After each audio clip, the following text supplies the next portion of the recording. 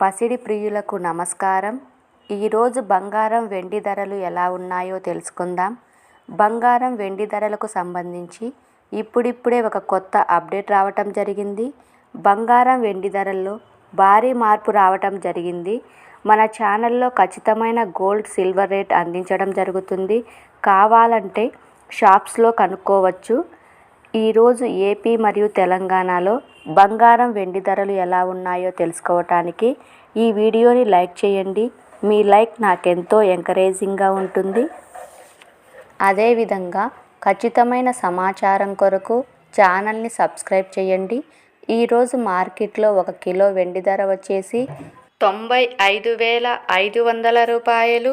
అలాగే 22 క్యారెట్ల 10 గ్రాముల బంగారం ధర వచ్చేసి 67,750 రూపాయలు.